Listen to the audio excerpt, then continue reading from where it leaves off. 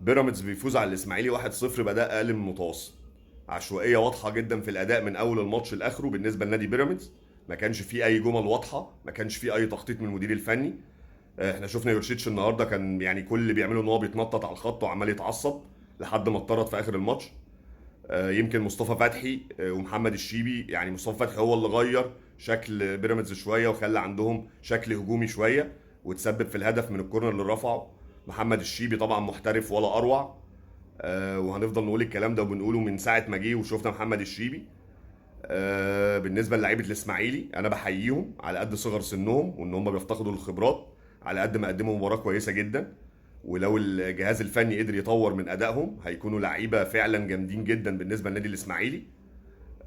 نتمنى ان احنا نشوف اداء افضل من كده بالنسبه يعني للفرق في الدوري الممتاز في الماتشات اللي جايه. وده كان شرح مبسط عن الماتش، واتمنى اشوفكم تاني في فيديو قريب. كان معاكم ميدو الصباغ، وان شاء الله لو الفيديو عجبكم ما تنسوش فولو ولايك. السلام عليكم.